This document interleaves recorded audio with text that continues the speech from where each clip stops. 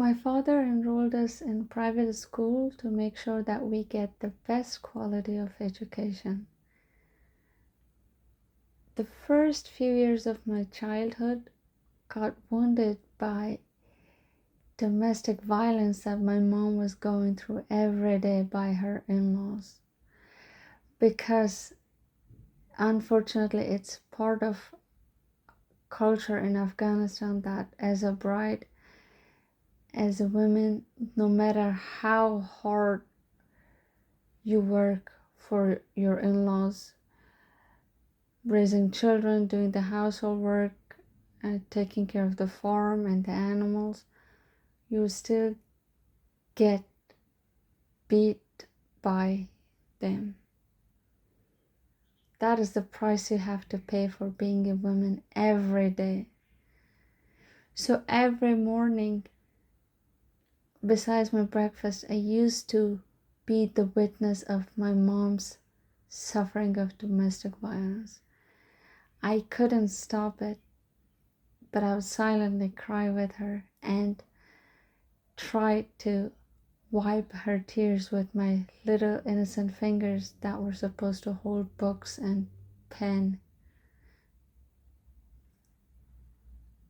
So after seeing that every morning, I would walk to school for 40 minutes back and forth, both in winter and summer. For winter, I didn't have enough winter clothing to keep me warm. And for summer, I didn't have access to cold water, to refrigerator at home or at school to drink. But my determination was always strong, was the only fuel that kept me going to continue studying and have a better future, a better life than my mom did. I didn't want to be a victim and a sacrifice of a child bride and a victim of womanhood. So in school, I always used to make sure to sit in the front row on the first seat. And in school, cleanliness was also checked. So I was an A+ student both in academics and cleanliness, and never failed a test, never missed a class. And sometimes in some of the lessons, I knew it better than my own teachers. Also, I was a funny student as well. I used to make my fellows and my teachers laugh at my jokes. And I was an inspiration of some of the female students who wanted to sit next to me so that they could get smarter as well. And in extracurricular activities, I was also excelling.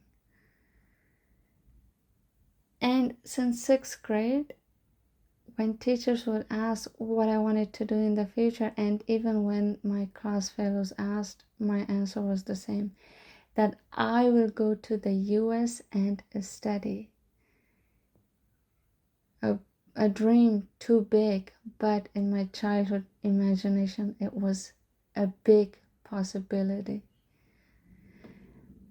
Up until that time, I didn't know anyone in the US. I hadn't seen US on TV, but I had the dream enough to make me make my dream a reality. So one day I arrived at school and my friend came rushing to me and she said,